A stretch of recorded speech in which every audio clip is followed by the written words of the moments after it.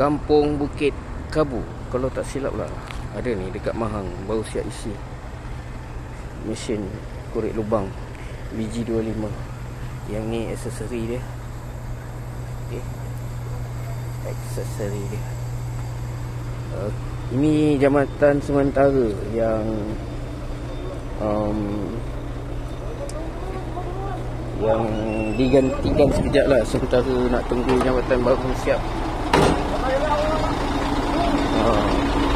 Mesin ni guna dia untuk korek lubang ni, untuk buat tapak nanti. Dia ada kontraktor lain lah yang akan sambung nanti.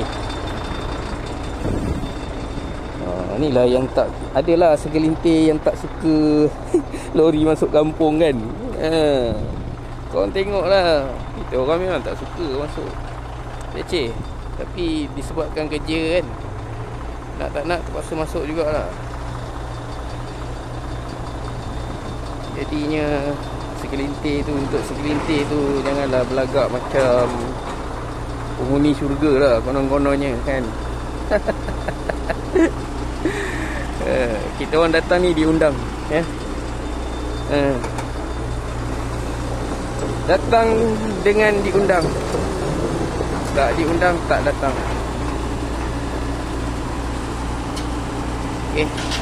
Part kami hampir siap.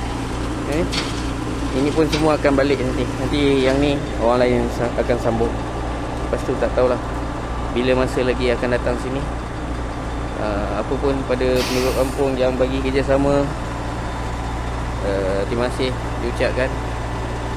Mudah-mudahan satu hari nanti korang akan dapat satu perjalanan yang lebih selesa daripada hari ini.